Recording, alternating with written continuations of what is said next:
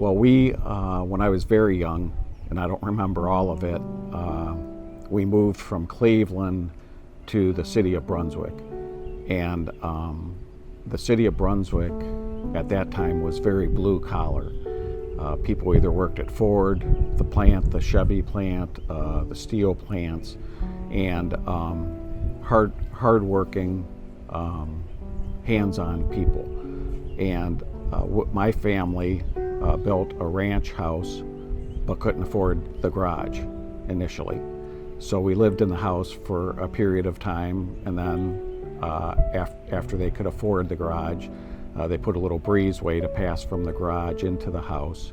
And I remember that so vividly because I don't know if I was probably between 2 and 3, and my mother's out back hanging clothes on the line or something like that, and she tells me, don't play on those bricks, because the foundation was in and the first row of block, but not the boards yet. And didn't I have to get on there and cut my lip open, and they had to take me for stitches because I didn't listen as I should have. But growing up in that house, I just loved to be outside when I was younger like that. In fact, my children, and now I'm seeing the same thing with my grandchildren, they're so fixated on the electronic devices. And I was happy enough, I had all these small cars and trucks, and I would go out and in the mulch and the flower beds just make little roads and just play for hours by myself there in the yard. And I'd actually get up earlier many times. I'd get up earlier than the other kids because I didn't want to waste any of the daylight hours that I could be outside playing. And I just did that for years and years until I ended up attending the elementary school, which was about a block and a half away, just 2 streets away. So we'd literally walk from our house then up to this road, Hudak, and go up to this next street, which is called Melrose. And at the very end of the street here, we'll be able to see the road dead-ended, and that became the school property. You can actually see the school. The school's been extended. Before, that was all playground and field area that we walked through because the school property wasn't quite that deep or wasn't developed at least. So we're entering now the elementary school. Today it's called Kidder. Back then it was called Grafton Road Elementary. And that little awning there on the far building, that was kind of the walkway in. And this square is what it was back then. The area behind it, I believe, is a more recent addition. And I believe there's an addition in the back that we could see from the dead end of that street when we were looking before. But this is where I attended 1st grade through 6th grade.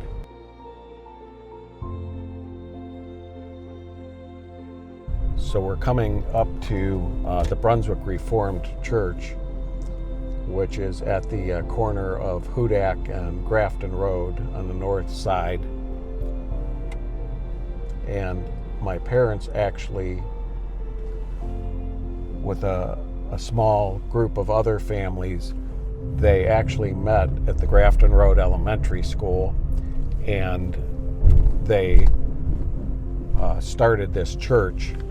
But what you're looking at with the tall peak there, that was the original chapel, and then behind it was kind of the educational wing. As the church continued to grow, they built a new sanctuary, and then this whole education wing as well. My father and I both served on some of the building committees. At times, I was a deacon, he was an elder, and there was one time we were both blessed to be, and you're elected by the congregation, we were both elders at the same time. It was strange for me because I was only 30 years old, and I'm thinking, how am I the elder? But they voted me in. So I see the date now. Turns out it's 1961. So that is when the original church, they bought the property, they bought the house across the street as a parsonage, and that was the beginning of the Brunswick Reformed Church. And as you look at the grounds and you know, the grass, the flower beds, when the original church was here, it was up to the elders and the deacons and volunteers to actually do all the maintenance and the upkeep, as opposed to hiring a company to cut the grass and trim the bushes and all that. So if something needed dug out, something needed replaced, we'd all meet here on a Saturday morning, and the benefit of the church was, you know, it was a lot of blue collar people, but excuse me, some were in the construction trades. So as we started doing some of the additions, you know, the carpenters would help with that, the concrete people would help with that, the electricians would help with that.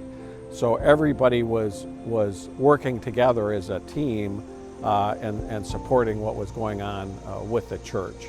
And they've really served the community well, and the community has been blessed by not only the church but the growth of the church.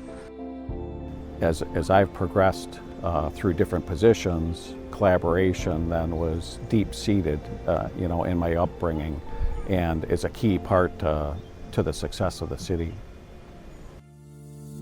A lot of people that I knew were getting new bikes, and so I went to my dad and said, hey, you know, I'd really like a new bike. And he said, well, if you want a new bike, then you're going to have to earn some money and save up and buy one. And that was a good lesson, you know, that you can't just have things handed to you. So I started delivering newspapers. We had actually moved I was in middle school at the time, from the Grafton Road area over to another area which was just a little bit west of 42 by Hickory Ridge there. It was called Wolf Drive. It was a beautiful lot, big ravine in the back. My dad had a huge garden up on the other side of the hill. There was a creek that ran through the back. We had a bridge over, and then he had fruit trees, and showed me all of those things. Well, in the same respect, in the street dead-ended about 10 or 12 houses down from ours to the west. Well, then Ken Cleveland bought that land down there and just started putting up houses left and right, all the way down to Substation Road, and then all the way north to Grafton Road. So it was like a gold mine for somebody delivering newspapers, because every time I turned around, I was getting new customers. Now back then, people got the newspaper. That's where the ads were. You know, it wasn't all digital or even reading the newspaper. They weren't available on your phone. So I would deliver the newspapers, and you know, I ended up getting so many customers. I won a trip to Disney World in Florida because they took some of the best sales or paper delivery people, I guess you'd call them, and actually paid for a trip to Florida for us. And so that was pretty neat. And again, it's kind of the business mind, you know, saving the money, using it for different things. I did get the new bike, and then the bike obviously supported the business. So the cul-de-sacs behind these houses on the left, in fact, my wife grew up at the first cul-de-sac behind here. And in fact, Chris's parents were divorced, so she was over here where I mentioned, and then her father was up here on Pepperwood, which is just a little bit north here yet. So they were both in the same neighborhood. I met my wife, Chris, and she was 2 years younger than me. So I was a senior and she was a sophomore at the time, and she was 15 in the fall, and they were going to have the homecoming dance. So I asked her if she wanted to attend it, but her parents had this strict rule that she couldn't date until she was 16. So that was one of my first encounters with her parents for a little sit down and talk. That look, the homecoming dance is here. We're going to go to the homecoming dance. So go out to dinner before or after, and then I'll bring her home. But if we wait till 16, then we're only going to have the 2 that she has left.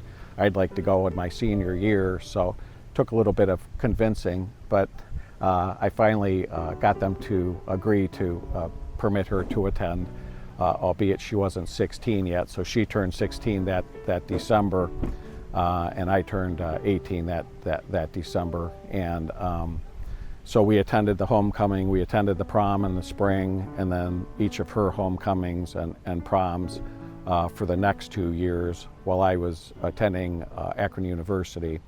And I got a 2-year degree, an associate degree in criminal justice, but then when you graduate, you can't work in law enforcement yet with a 2-year degree because you have to be 21 to carry a handgun.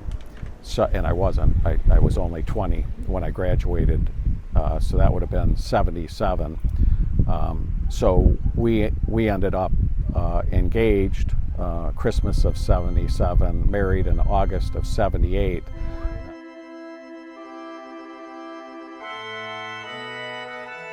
Her father was the personnel manager, HR director for a division of MTD called Industrial Plastics. And I ended up getting a job, full-time job there. I was working second shift, and I ran a line for a while, and then they made me kind of the nighttime plant manager, overseeing the other operations that were going on. And I worked there probably until 1981, but I couldn't go to the police academy. There was a part-time police academy out at the Career Center, and I wanted to attend that while I was working to get my certification and then start applying for departments. And so it turned out there was a place, it was a division of Gerber Baby Foods called Century Products in Stowe. And there was a process that I learned with the tractor seats of foam. You put a liner in there, you spray it with foam, you put a steel plate on the back, and then you have a nice foam seat with this vinyl front. So I'd learned that process of how to mix the chemicals and make that process work, and they were trying to develop baby car seats where it was a little T steel intersection. You blew this foam in there, and it was a self-skinning foam, and they couldn't get it to work. So they showed me what the problems were, and I was able to determine that their chemicals just weren't quite calibrated right, and that's why it wasn't working. So then I took over that operation. We were working 2 shifts. They wanted to work 6 hours a day, and I convinced them to work 10-hour days, 5 days a week. Because once you get those molds heated up and start the process, you're better to just keep them running, not take a break, in the morning, in the afternoon, not take a lunch break. Just rotate people in and out and just keep that line going. Because once you get the right temperature and the right chemicals, you can push them out pretty quickly. And we were making them by the Gaylords full, because that was back when the federal mandate came out that everybody had to be in a car seat. And as quickly as we could make them, they were selling those car seats. But the advantage of that was I could then attend the Career Center Academy, and I got my certification. I got hired as a special deputy, which is an unpaid position, but to get experience. I worked in the jail, I worked in the dispatch, and then this Don Moody I told you about, they let me start. You had to do so many hours in each of the other 2 divisions. He then let me start riding with him, field trained me, to where I could then do solo shifts there. So I'd work my 10-hour days, Monday through Friday, and then fill in a Friday shift or a Saturday shift to get that experience. And I was applying pretty vastly to try to get a police position, and Chris was very supportive of it, God bless her. Because I went to Virginia, I talked to a sheriff's department in Virginia. They were a little bit nervous because according to them I talked kind of fast and like a Yankee, and the Southerners weren't as receptive to that. I went to Pittsburgh and went through all of the interview processes and background checks and everything for the Secret Service Uniform Division. And at the very end, the fella asked me, he said, is there anything, everything's great, we're good to go. Is there anything we didn't ask you that you thought we would have? And I said, well, I thought there might be more health-related questions. I just want you to know I'm insulin-dependent diabetic, but I can get you a note from my doctor. My health is in great shape. As you can see, I passed everything you've asked of me. And he goes, wow, that's a game changer. He goes, we can't hire you if you're on insulin. And I thought, well, that seems a bit discriminatory, and then did a little bit of research on the law, and lo and behold, when they write those discrimination laws, it only applies to everybody else, but not the federal government. So that didn't work out. So lo and behold, in 1983, I applied, interviewed with Medina Police Department. My doctor, who was going to certify that I could do this on insulin, was also the doctor for the police chief at the time, Homer Davis. And so he wrote the letter. Homer talked to the mayor at the time, Bill Lamb, and they agreed to give me a chance and that opportunity. And because of that opportunity, that's why my loyalty is so strong to Medina, that these other places, including the Sheriff's Department, had the opportunity to hire me. They didn't, and the fact that Medina did, I was going to do everything I could to just stay here, and that's what ended up happening. So I started full-time with the police department here after working at the Sheriff's Department as a special deputy for 2.5 years. So I started in September 1st of 1983. And I had already been trained at the police academy at the Career Center, so I thought I would just go through the field training and then start patrolling. And Chief Davis had a real liking for the Highway Patrol Academy. So usually they wouldn't accept you if you already had certification, but he was involved with the Ohio Police Chiefs Association and had some relationships with the Highway Patrol. And he pulled some strings, so I ended up having to go to the training again in Columbus for 10 weeks. And that 10 weeks happened to be my wife's last trimester of my first child, Jonathan. So I was not in town for her to go through the Lamaze class. She had to go with a high school friend. And I got home the very early part, I guess mid part of December. And my son was born on December 27th. So when I showed up at the last Lamaze class, everybody's looking at like, who's this guy? And, you know, because I hadn't been there for the whole time. And then, you know, fortunately I had the training done in Columbus. I was doing field training here in Medina, but then I was there, you know, when he was born out at Medina Hospital. At that time, there was a sergeant and 2 officers on a shift. But periodically somebody would call off, and if we didn't have anybody to fill it, it might be just the sergeant and 1 officer, or it might be myself, and then the senior officer would be we call him the officer in charge, because they had the rank then to make the decisions for the sheriff.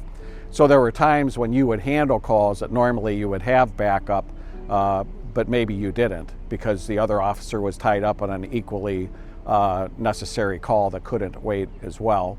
And the other thing is, you just never know. You know, you could go from a barking dog to a loud music complaint to a pretty serious crime, be it a sex offense or a domestic violence. Or so each time you kind of had to learn and find your way. I mean, the field training helped, the Ohio State Highway Patrol helped, but sometimes it was just, you know, calming people, getting to know people, relating to people so that they could trust you and get the facts. The other thing that was important for us is that we would try to get statements and everything, because as you can imagine with domestic situations, at the time of the incident, everybody's worked up, everybody wants you to do something, but then a week from then, they're back living together, and when it comes to trial, trying to get that person to testify, the victim, against the person that assailed them, is problematic. So a written statement that you can have them read on the record does a world of good in those days. And of course, this is before cameras or anything, So it's officer's word versus the people you're taking the report from. It was pretty interesting when I started, and a lot of people can't really conceptualize this, but Wendy's on North Court Street, that was kind of the edge of the city. There was no development. It was farms and everything out past Fenn Road, then beyond that, all the way to Brunswick. So all of that development north of Wendy's, including the Target, the Medwick Plaza, the other side of the street, that was all the Walmart, the Home Depot, that was all done in the late 80s, early 90s, even into the early 2000s. And the same thing population-wise. We were much smaller, probably near half the size of what we are today. And so all that housing on the southeast and southwest of town, as well as west then of Marks Road, State Road, all occurred then during that period in the first probably 10, 15 years I was with the police department. And of course then the department had to grow with that, because you can't use 2 officers to handle a population and the call demand for things like that. When I started with the police department, Scott Thomas worked on the same shift as I. He started the DARE program for Medina. He was a detective for us, worked some very difficult cases, and he and I worked very well together. And when we first started, he started about 6 months before me. Some of the traffic enforcement, because a lot of the officers had been here for a while, and you know, they weren't really as aggressive, I guess, as younger people would be, younger officers. So we made it a point, in particular, we were working at that time a 5 p.m. to 3 a.m. shift. We were on 10-hour shifts, and we always worked Wednesday, Thursday, Friday, Saturday. So it was the weekends. And in the evening hours, we would make it a point of stopping cars, whether it be for a turn signal, no license plate light, rolling through a stop sign. But the point of the stop was to make sure they weren't under the influence. And if they weren't under the influence, we'd give them a verbal warning, get them on their way, because the whole time you're standing there, every car going by you, at that time it was estimated that 1 out of 10, 1 out of 8 cars was going to be a driver under the influence. So if you're too tied up with this equipment violation, you lose that opportunity. And as a result of that, we were arresting a great deal of people for under the influence of alcohol, and prosecuting them in court. So you're working at night, you're making the arrest, but then sometimes you got off at 3 in the morning if you didn't get a late night arrest. Sometimes you got off at 5 in the morning, but have to be back for a jury trial at 8 a.m., then work all day, and then start at 5 again for your next shift. People used to tease me. They said, well, working 4 10-hour days and having 3 days off, that's like a long weekend every week. And I said, well, when you do this type of work and you're kept over on a shift because of an arrest, and then you're in court all these times, usually that first day off is just trying to get back to normal because you haven't slept much in the last 4 days. And so it was just interesting, the perception of people, oh, you know, I wish I had 3 days off. And yeah, but we're working 14, 15, sometimes 18-hour days in between there. Domestics are always challenging because you never know. The family members, can turn on you when it comes down to having to arrest somebody, sometimes even the victim. You know, they call you to stop the violence, but then when you're obligated by law to place the person under arrest, pretty soon the person that called you to help them is now fighting with you not to arrest them. So you have that to deal with. Any calls with a weapon. It's scary anytime we have children involved. Having children ourselves, hear of a child either injured by something, could be a fall, it could be a car hit the child on a bike. I had one incident, I was a lieutenant actually at that time, where a young boy was dropping sticks in the lake, or in a creek on the Heritage School side, and it was going under this culvert, under Guilford Boulevard, and feeding into the lake across the street. And when he was doing it one time, his hat fell in. So they go to the other side to get his hat. And this is about a 4 or 5 foot pipe that spills into the lake. And unknowing that because of the force of that water, how deep it was, he thought he could step in there and grab his hat and just went under. So I just happened to be out cruising.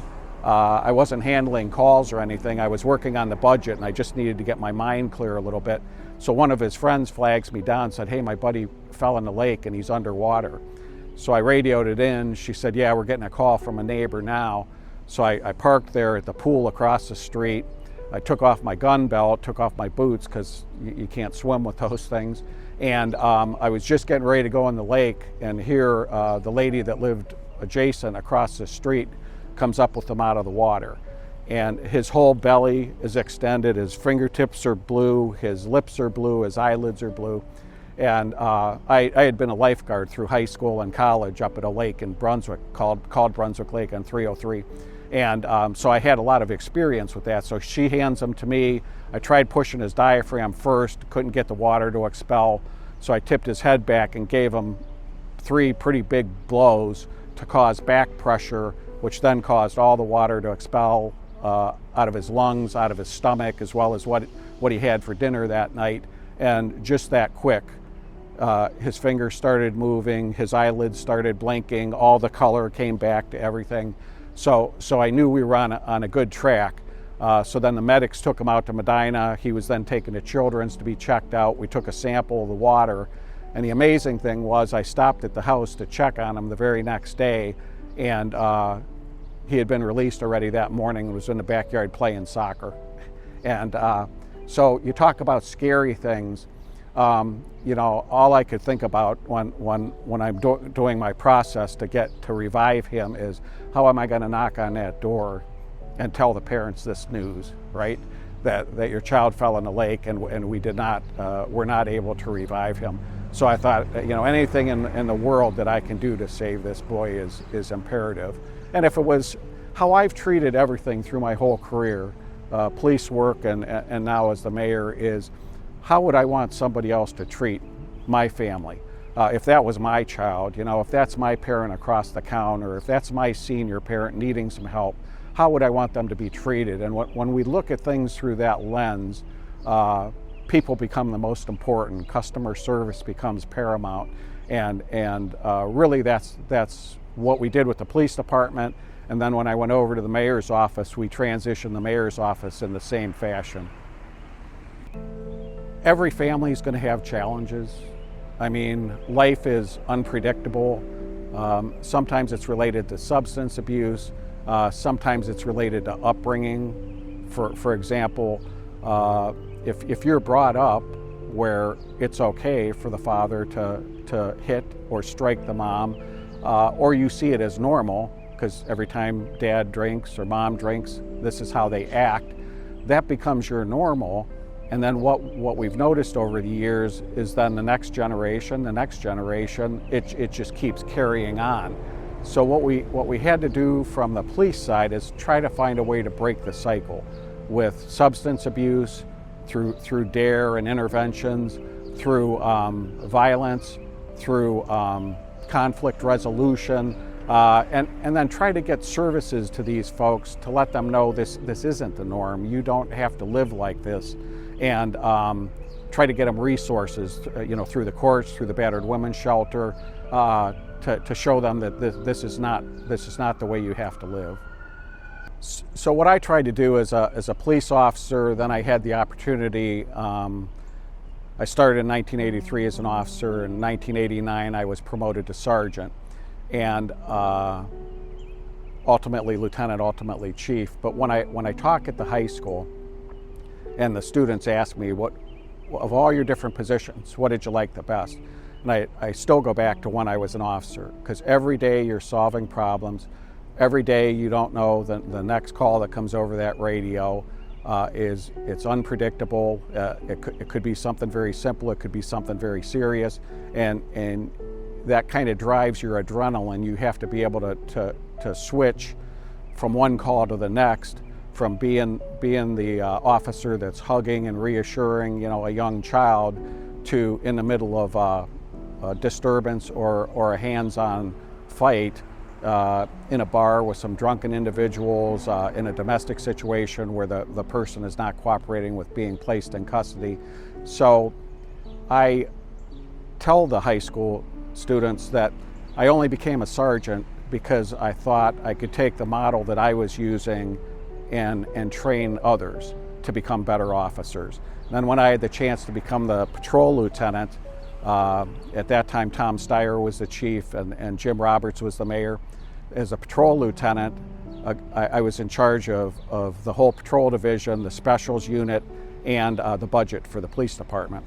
And I thought that would be good experience if I progressed up the ranks to understand the budget and that. But again, I thought, well, now instead of just my shift, this whole division now, I can share my knowledge, my method of working and caring about people, treating people correctly, upholding their constitutional rights, all those things. And then, of course, I was promoted to lieutenant in 1991, and then in 1996, Mayor Roberts promoted me to chief of police because the former chief went over to Tiffin, where he grew up, to be the police chief over there. So then again, I kind of looked at it that, okay, now I've had the patrol division. By taking over as chief, I can take that same philosophy through the records department, through the detective bureau, through the dispatch, so the whole department. And a lot of the things that I learned and had success with at the police department, and we called it a community-oriented policing model. I kind of took that same philosophy over to the mayor's office when I was elected then in November of 2009, and kind of changed how we do operations in City Hall there. A focus on customers, a humanitarian approach to people and whatever their needs are, be it a neighbor dispute, be it having trouble getting their permits approved, whatever we can do. We have to stay within the law, obviously, but whatever we can do to work with them. And instead of, sometimes government is accused of, and I witnessed some of it here before the changes were all implemented, is people look for ways to obstruct things instead of ways to solve things. And when you look at it through the latter, it's a lot easier to work with people, and people are much more appreciative. And as I look at it for the city, the more we can help people, the more people invest in their homes and their businesses and things here, the property values for everybody rise. The city wins, the school wins, the county wins from the increase in property taxes. So what I did as I became mayor then is Ron Stoller was a sergeant for me, road sergeant. We put him in charge of a community policing division. And we had 5 officers. One was in overseeing businesses. We had 2 school resource officers, and then we had 1 overseeing Liberty Plaza and 1 overseeing Union Square Apartments. And that time we were having quite a bit of, the reason we picked those 2 locations, having quite a bit of problems through data analysis. When I say problems, we were at those complexes 600, 700, 800 times a year, which is more than twice a day. So what we decided is we were going to implement and do this program at each of those, and what we learned is that it's outsiders coming in causing these problems, drinking, fighting, causing problems with the residents. So we worked with the managers and ended up issuing ban letters for people that caused problems but were not residents, and then we could keep them off the property. Well, criminals will get smart and learn different things. So what we learned is then they were out on the sidewalk and the street saying, well, I'm not on their property, this is public right-of-way, so you can't do anything. Well, if people aren't familiar, the 300 block, and it's surrounded by these apartments, and then Mellard Park is to the west, it's just a dead end. The only thing it serves is these apartments. So I talked to the law director at the time, and we did some research, and found out there's something called a revocable use permit that we could say to the apartment complex, we're going to give you this property. We'll still maintain the streets and the sidewalk, but you control it. So now when we ban them from the apartment complex, it includes the sidewalk and the streets. And our officers would roll up and they'd say, hey, Mr. Smith, here's a trespass letter. You can't be here. It says you can't do anything on the sidewalk. No, afraid not. So, we started citing them then, and of course that gets their attention. They learn very quickly. But we were able to clean up both of those complexes because of that community policing model. So then we kind of spread it with the patrol division too, that, instead of just sitting on the road and watching for stop sign violations, if you see kids shooting baskets in the parks, stop and talk to them. If you see kids in a neighborhood, playing baseball on the street or whatever, get out and interact with them, see how things are going. If you start talking with the children, pretty soon the parents are out there, and how are things going? Are there things we can help you with? Are there concerns you're seeing but haven't called us about? So it just opens the lines of communication. Back then we had 2 squads instead of 3 squads 24/7.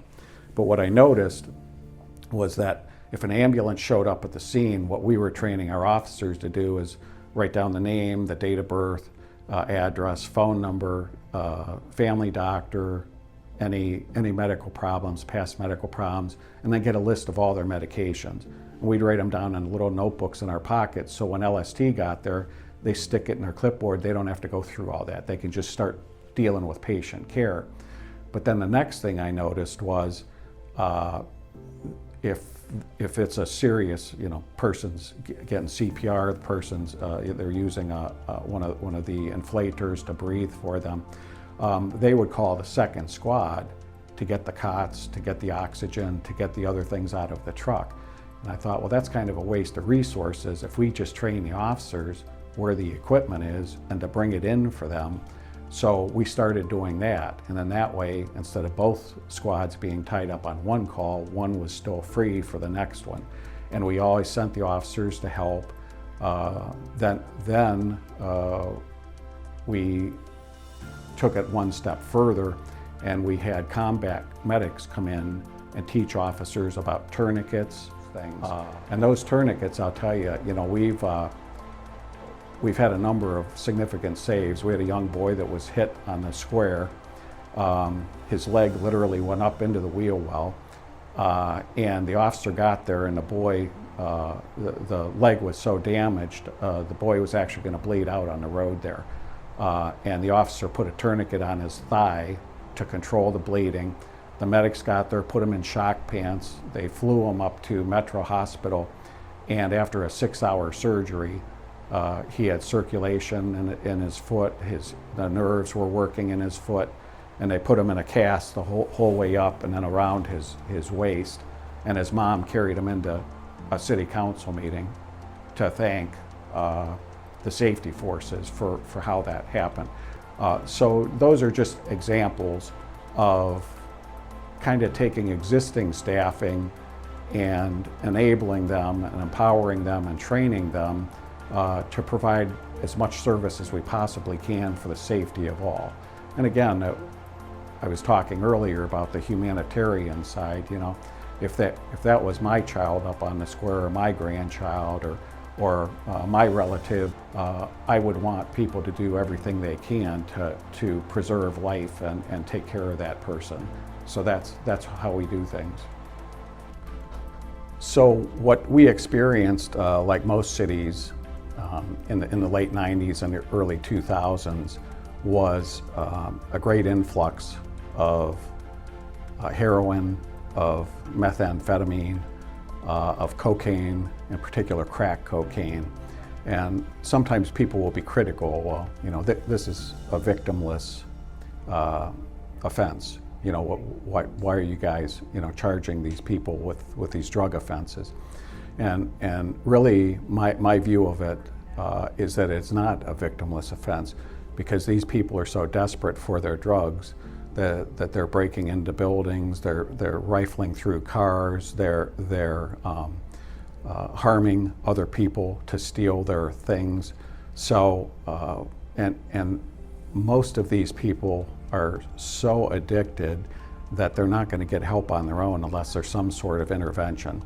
And I'll share with you that back in the late 90s and the early 2000s, we did not have a lot of the treatment and counseling and addiction services that we have today, which is a blessing.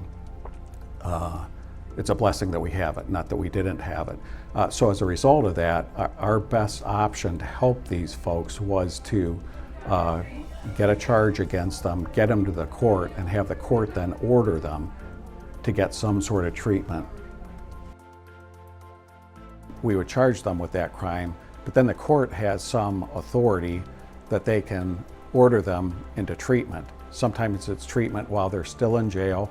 Sometimes the treatment is a condition of their probation if they plead to the charge or plead to an amended charge. And if we don't get them in front of the court, these people day in and day out just keep going back and back and back to the drugs, and through their own ability are not able to beat this addiction.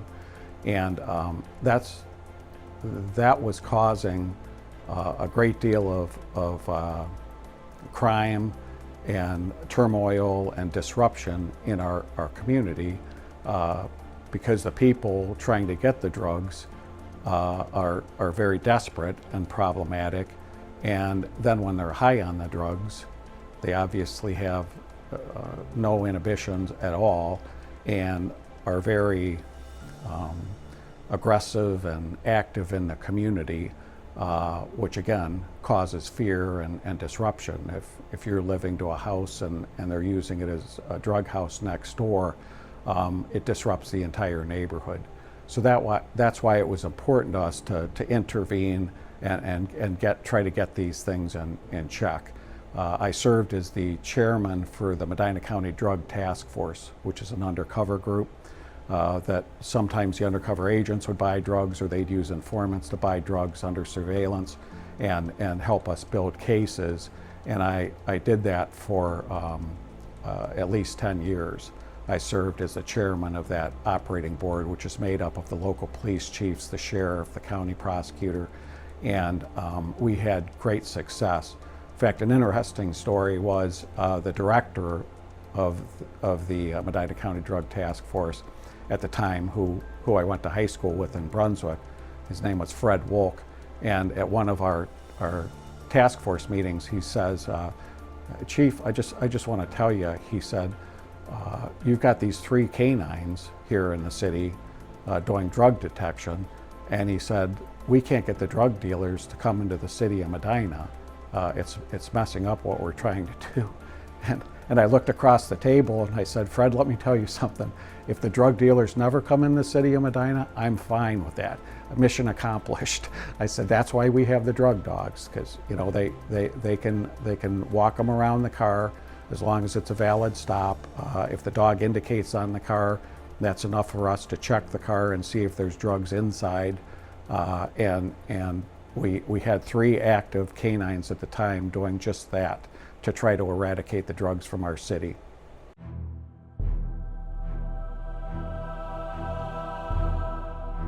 In Minnesota, the police officers, through some kind of interaction with a minority member named George Floyd, attempted to place him into custody, and in doing so, he was on the ground, handcuffed, and somebody was kneeling on the back of his neck.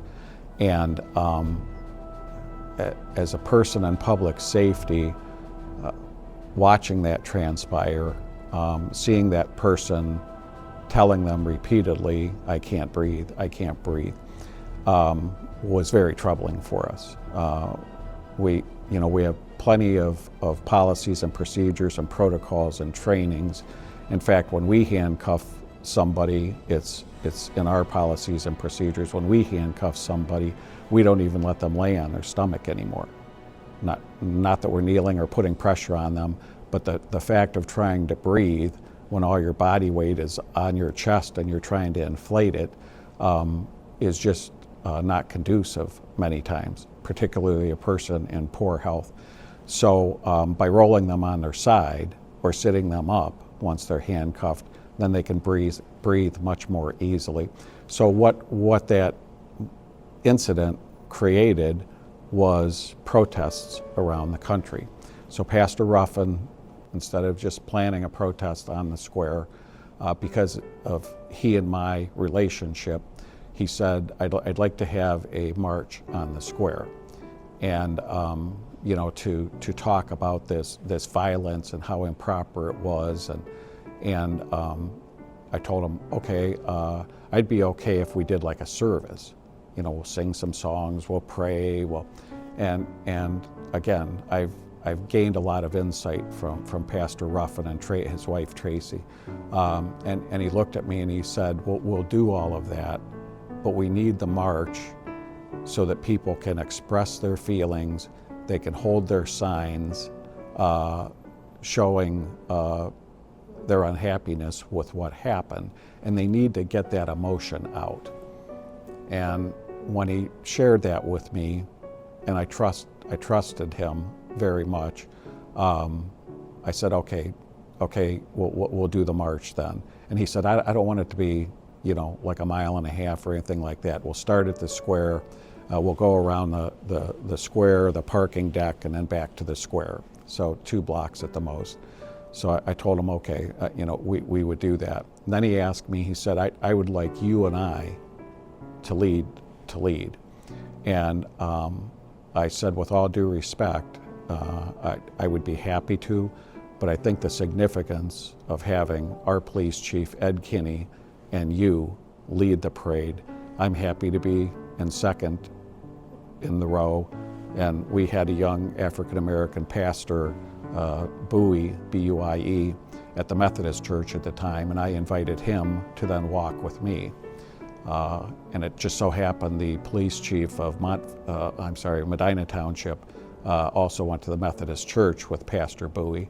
So as we started the march around the square, it was Pastor Ruffin and the chief, myself and Pastor Bowie, and then the rest of the people following us and doing their chants and holding signs. And somewhere along the way, the police chief from Medina Township saw us and came over and put his arm on the other side of Pastor Bowie. So the 3 of us were then walking. And again, the symbolism of that to the community, of the police and the community, in this case, African American or minority community, should be working together, should be united. Well, just to give you, encapsulate that whole weekend, we had 5 different protest events there. The police chief handled all the security. We had high-ranking command officers from multiple departments within the county, so we don't have somebody that's a year out of the academy or 2 years out trying to sort through some of these things that, you know, people aren't agreeing with what the sign says, or going by and blowing horns and things like that. So by having the command officers there, they've dealt with conflict before. They handle things in a de-escalation manner. Then they had another backup of officers stationed at City Hall, and we didn't want to show a great amount of police presence. If we didn't need the police presence, we wouldn't bring them over, and we didn't. So we had 5 different events, and not a broken window, not an arrest, not a problem at all. Just by the police and the protesters following the rules, following what they were directed, you can do and you can't do. And it was so impressive, I'm not bragging, but it was so impressive that the governor's office sent somebody up to sit down with the chief and I and talk about the pre-planning, what we did the days of the event, and how this all worked, because everywhere else they were looking, it did not go down this way. So as we're walking into the Bicentennial Park here, which is at the northwest corner of the square, you'll see we have 2 of these flower pots, and Jansen Worley, my parks director, I wanted something different for the square, because when I took over as mayor, they had tried flowers around the tree wells, but then the cement gets so hot it burns them out. So we started with 20, and then each year we would add some more, and we got up to 72 now in the historic district, which is the square and the 9 blocks approaching it. And these have done very well. It's really an attention getter for out-of-town visitors, and it just shows the beauty and the care of the square. And we have a water cart, and 2 people that not only do they water them usually twice a day when it's really warm, but they also look for trash on the route so that the city is constantly picked up. As we look across the square, well, we can't see it now for the traffic, but at the 4 corners, we also have flowers at each of those. And they're changed a couple times during the year, again, just to maintain the beauty. So when we had the opportunity to purchase what was an old bank drive-through and create some public restrooms, it did not make sense to me to have these large events on our beautiful square, but then have porta-johns. And we actually bought the building and then invested to put 10 restrooms for men and 10 for females for large public events. Murray and Sue Van Up agreed to purchase this fountain, and we actually named this Bicentennial Park because in 2018 we were celebrating the city's bicentennial. And the advantage of naming it as a park then lets us pull down some grant dollars that can be used for parks, but otherwise wouldn't be available money-wise. So we have this beautiful fountain, we have the building with the public restrooms, 10 men, 10 female, and then a family restroom as well. Again, back to the activities on the square, because we have so many, we actually have to bring the people, our parks workers in several times a day to restock supplies, to empty the trash, and to check things because of so many people being in our community, which is great because people love our downtown. You can see we have another large flower pot right at the entrance to the restroom there. And again, as people enter our community, many for the first time, or ODOT permitted us to put signs on 71 in both directions saying historic Medina downtown. And I was talking to a husband and wife that were here from Naples, Florida. They saw the sign on the highway, and instead of stopping out there near the highway at a McDonald's or a Bob Evans, they actually came here, walked around the whole square. They were parked at the municipal court. He was gathering the brochures at City Hall, and then went outside and was taking pictures of the brick street on North Elmwood because they had never seen anything like that before. So just different things we've tried to do to make the city special, to make it different than other places, and it's really been a great collaborative effort with Main Street, the Medina Area Chamber of Commerce, and the City of Medina, all working together, promoting one another, promoting membership in both of their organizations, but also generating sponsorships that pay for all of the events that we have in the downtown. Activities on the square, the events they're planning are getting larger and larger to where when you come up here, it's difficult to get up and down the sidewalks. And what a great problem to have, because as you look at all these businesses surrounding us here, everybody that comes to the square for an event sees the different vendors here. They might stop over for ice cream or for a pizza, or go inside to get out of the weather for a little bit if it's a hot day. So all of the vendors benefit from it, and even if they can't benefit that day, they see what a beautiful community we have, and if they live an hour and a half away, it's somewhere else they can visit. And now we're going to walk down where we're doing some facade improvements and talk about that a little bit, but then the hotel is immediately adjacent there. And what my vision and hope is that not only can people come for the event, they can come for several days now. We have 300 to 350 weddings a year here on our square. People don't realize that.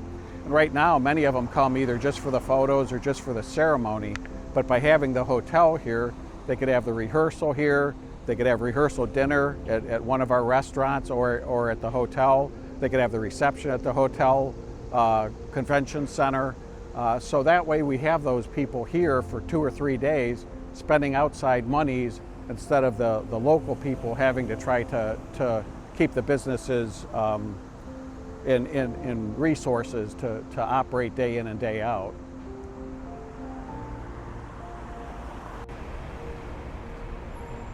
So what we're witnessing here across the street is Main Street Medina, which plans all of the events on the square for us. But another mandate of their nonprofit is historic preservation. So as you can imagine, many of these businesses on the square with these older buildings, that they need updated periodically. So they were able to secure a grant from the state of Ohio to renovate these businesses. So right now they're working on Nibble. They already worked on Nibble and they're working on the next 3. You can see them up on the lift there. They're scraping, they're painting, they're tuck pointing the brick. And these 4 businesses all benefited from it, and they're offering grants to other businesses in the historic district to do the same thing. You can see one's on a lower lift, one's on a higher lift, and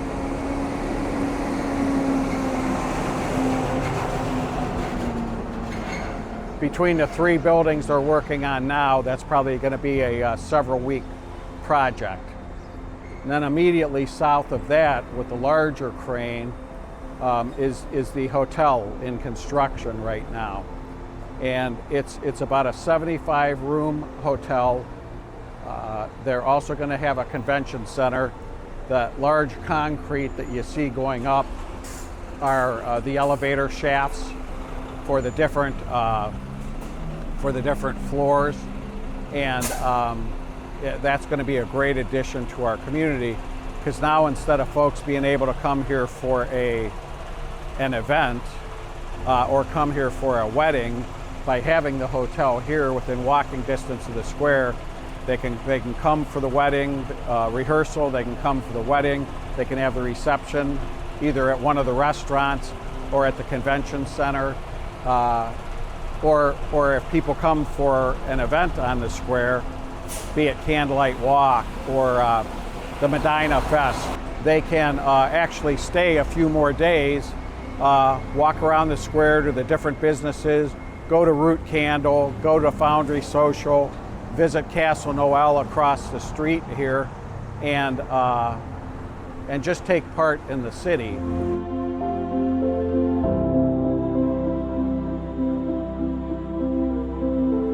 So in closing, I just want to share that my dedication and commitment and service to Medina was based on the fact that Medina gave me a chance by hiring me as a full-time police officer in 1983 that most other communities would not. And as a result of that, I made up my mind that I would always stay in Medina. So I stayed through 26 years at the police department, 13 as chief. I resigned and was fortunate enough to be elected mayor in November of 2009, took office January 1st, 2010, and here at the end of 2025, I'm completing my 16 years as mayor and looking forward to turning over the mayor's seat and the mayor's office to my good friend Jim Shields, who mentored me early on, and for the last 2 terms I've mentored him. And I just want to personally thank the residents, the businesses, the community for their overall support of me personally, for your prayers for me, and for supporting the city of Medina. Nothing I could have done would have been possible without all your help, and for that I thank you.